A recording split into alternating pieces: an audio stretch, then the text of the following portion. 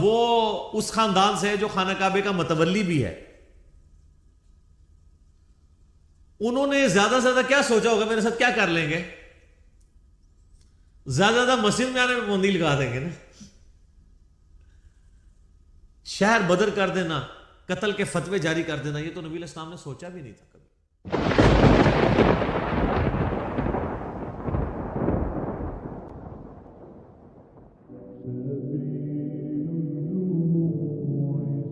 یہ جو سورۃ المدثر کی شروع کی آیات ہیں، یہ نبی صلی اللہ علیہ وآلہ وسلم پہ جو شروع کی وحی نازل ہوئی ہیں ان میں سے ایک ہے. صحیح بخاری اور صحیح مسلم دونوں میں یہ حدیث موجود ہے کہ نبی صلی اللہ علیہ وآلہ وسلم پہ سب سے پہلی وحی نازل ہوئی تھی اقرأ بسم ربک الذی خلق خلق الانسان من علق، سورۃ العلق کی ابتدائی 5 آیات.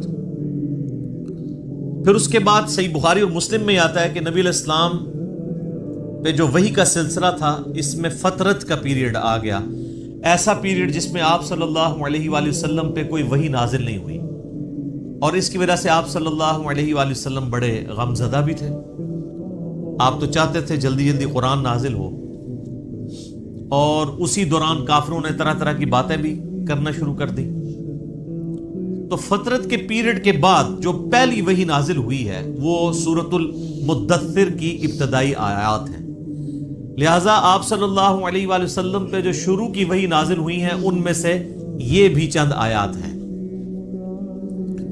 بخاری اور مسلم میں اس کی ڈیٹیل آتی ہے کہ آپ صلی اللہ علیہ وآلہ وسلم فرماتے ہیں کہ جو غار حرا میں مجھ سے ایک فرشتے کی ملاقات ہوئی، جو پوری ڈیٹیل بخاری مسلم میں آئی ہے کہ انہوں نے حضرت جبرائیل علیہ السلام انسانی شکل میں سامنے آئے اور ان کا اقرا پڑھیے، تو آپ صلی اللہ علیہ وآلہ وسلم نے کہا کہ میں پڑھا ہوا نہیں ہوں. 3 دفعہ یہ عمل رپیٹ ہوا، اور پھر جبرائیل نے آپ صلی اللہ علیہ وآلہ وسلم کو اپنے ساتھ سینے کے ساتھ لگایا اور پھر پڑھایا، تو آپ صلی اللہ علیہ وآلہ وسلم نے یہ آیات پڑھی. بخاری اور مسلم میں یہ حدیث ملتی ہے کہ آپ علیہ السلام فرماتے ہیں کہ غار حرا میں جو مجھ پہ فرشتہ نازل ہوا تھا، پھر کچھ عرصہ کے لیے وہ مجھ پر نازل نہیں ہوا، اللہ کی آیات لے کر نہیں آیا. تو ایک دن اچانک میں نے یہ آبزرو کیا کہ مجھے کوئی شخص پکار رہا ہے. تو جب میں